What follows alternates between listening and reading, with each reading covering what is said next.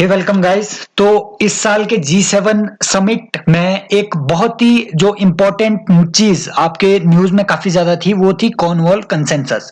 ये एक नई दिशा देने की कोशिश की जा रही है। हमारा जो भी ग्लोबल ऑर्डर है, ग्लोबल मार्केट ऑर्डर है, वो कुछ नए प्रिंसिपल्स पे कुछ नए प्रिंसिपल के बेसिस पे उस नए मार्केट ऑर्डर को, लिबरल मार्केट ऑर्डर को एक एक नया रूप देने की कोशिश की जा रही है। उन नए प्रिंसिपल्स को हम जानेंगे कि कॉर्नवॉल कंसेंसस आखिरकार है क्या।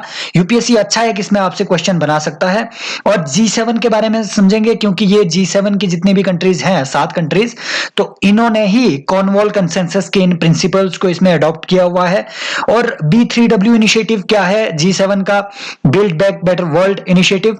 और इससे पहले वॉशिंगटन कंसेंसस, इसको कि ये कॉर्नवॉल कंसेंसस रिपीट करेगा, वो वॉशिंगटन कंसेंसस क्या थी, और उसके बाद बीजिंग कंसेंसस को भी हम जानेंगे। इसमें अच्छा क्वेश्चन बन सकता है प्रीलिम में भी और मेंस में भी। तो देखो, सबसे पहले वॉशिंगटन कंसेंसस के बारे में हम जानते हैं। वॉशिंगटन क्या है सर? यूएसए की कैपिटल है वॉशिंगटन। तो वहां पे मेन रूप से, मतलब मुख्य रूप से जो 3 इंस्टीट्यूशंस हैं आपकी, एक वर्ल्ड बैंक, आईएमएफ और यूएस ट्रेजरी डिपार्टमेंट। ये जो 3 इंस्टीट्यूशंस है, ग्लोबल ट्रेड को बहुत ज्यादा इन्फ्लुएंस करने का, ग्लोबल इकोनॉमी को बहुत ज्यादा इन्फ्लुएंस करने की इनमें ताकत है। और इन तीन इंस्टीट्यूशंस को फ्यूचर में रेगुलेट करने के लिए, या फिर इन 3 इंस्टीट्यूशंस की प्रायोरिटी क्या होनी चाहिए, ग्लोबल स्टेज में, इस बात को डिटरमाइन करने के लिए 1987 के करीब, 1987-88 में, जबकि आपका सोवियत यूनियन का डाउनफॉल होने वाला था और इसकी संभावनाएं थी कि सोवियत यूनियन या फिर जो कम्युनिज्म है इसका डाउनफॉल होने वाला है, तो इनका जो मिशन आगे रहने वाला था, इन 3 इंस्टीट्यूशंस का लिबरल मार्केट को प्रमोट करने का मिशन, उस मिशन को डिटरमाइन करने वाले जो प्रिंसिपल्स 1986-87 में अडॉप्ट किए गए, उसे हम कहते हैं वॉशिंगटन कंसेंसस। तो ये कुछ ऐसे प्रिंसिपल्स थे, जैसे इन इंस्टीट्यूशंस को कहा गया कि तुम टैक्स रिफॉर्म्स लाओगी, जो भी प्रमोट करोगी, जो भी आपके डेवलपिंग नेशंस हैं वहां पे, है ना, एक्सचेंज रेट्स को आप यूनिफाइड और कॉम्पिटिटिव बनाओगे, ट्रेड का लिबरलिज्म करवाओगे, ये फॉरेन डायरेक्ट इन्वेस्टमेंट्स को प्रमोट करवाओगे, और डीरेगुलेशन को प्रमोट करवाओगे, प्राइवेटाइजेशन को प्रमोट कराओगे। ये जो सारे प्रिंसिपल्स थे, ये अडॉप्ट किए गए थे वॉशिंगटन कंसेंसस के अंडर। इसके बाद सर जैसे ही चाइना का राइज शुरू हुआ 2002 में, ये जोशुआ सी रामो ने एक नई टर्म कॉइन कर दी, बीजिंग कंसेंसस। ये लगभग 2000 के बाद चाइना का राइज, थोड़ा इकोनॉमिकली राइज करना चाइना ने शुरू कर दिया। अगर आप ग्राफ देखेंगे चाइना के राइज का, तो इंडिया के जो जीडीपी राइज शुरू हुई 2005-2006 के बाद, जब इंडिया रैपिडली ग्रो करने लगा, उससे करीब 8-10 साल पहले चाइना काफी रैपिडली, उसी स्पीड से चाइना ग्रो कर चुका था, राइट। तो जैसे ही चाइना का इतना रैपिड राइज आने लगा, तब जो इकोनॉमिस्ट थे उन्होंने एक नई टर्म कॉइन की, बीजिंग कंसेंसस। बीजिंग कंसेंसस के मेन रूल क्या थे?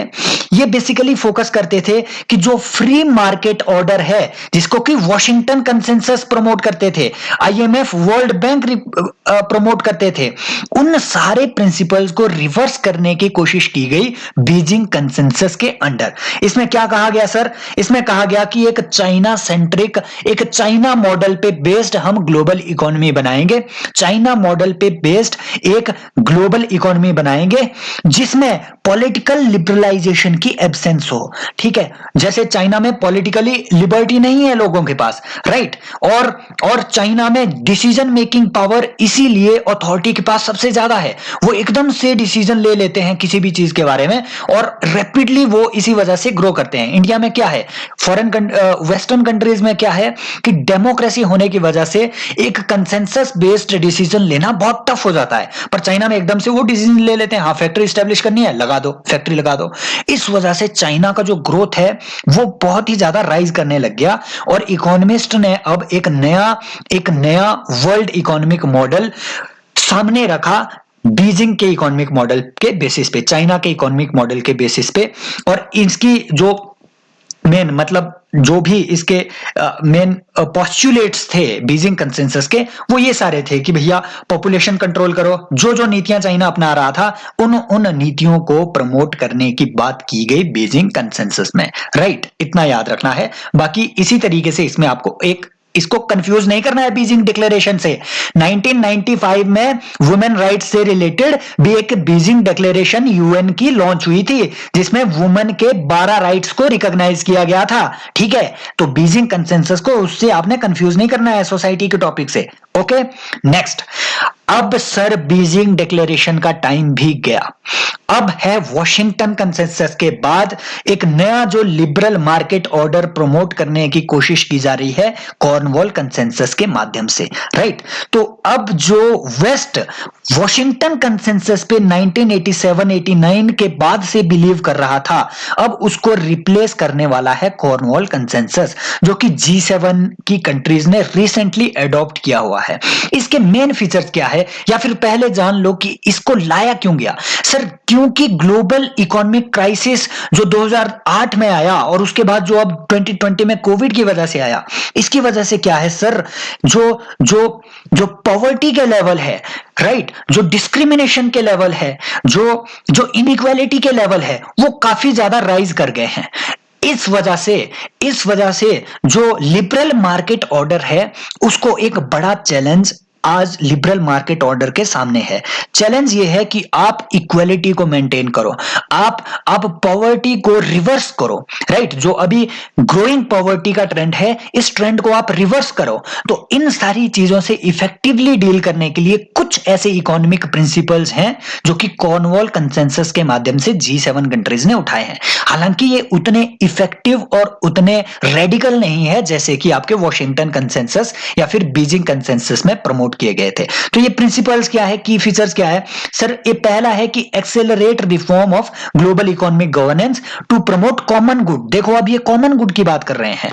वॉशिंगटन कंसेंसस में फ्री मार्केट की बात की गई थी, इसमें अब ये कॉमन गुड को प्रमोट करने की बात कर रहे हैं। मतलब सर जो जो लोग हैं उनके बीच इक्विटेबल डिस्ट्रीब्यूशन ऑफ वेल्थ, मतलब वेल्थ की रीडिस्ट्रीब्यूशन के प्रिंसिपल्स को इंप्लीमेंट करने की इसमें बात चल रही है।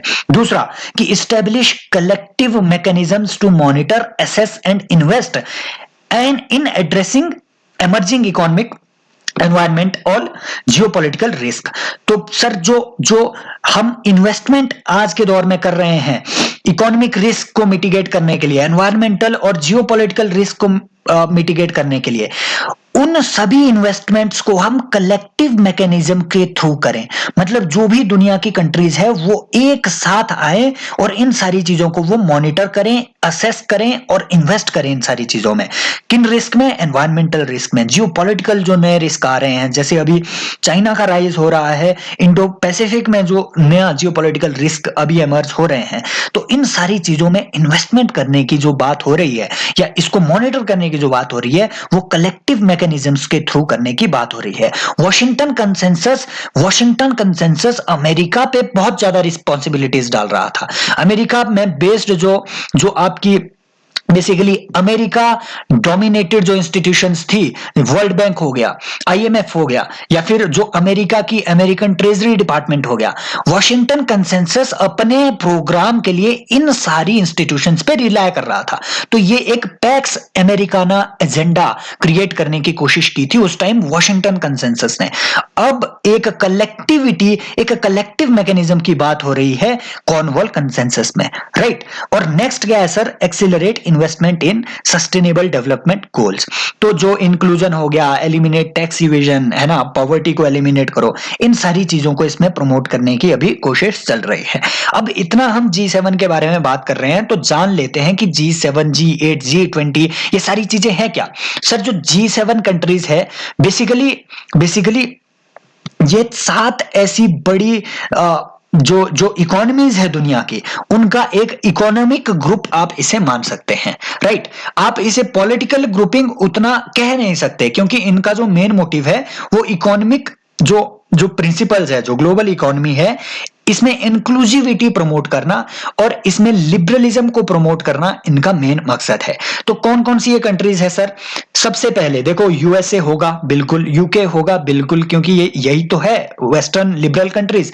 फ्रांस भी होना चाहिए सर, इटली भी होना चाहिए, जापान भी होना चाहिए, कनाडा भी होना चाहिए सर, और जर्मनी भी है। ठीक है, इंडिया इसमें नहीं है, इंडिया इसमें इसका पार्ट नहीं है। आपको यहां जो ये दिख रहा है सर, इंडिया G20 का पार्ट है।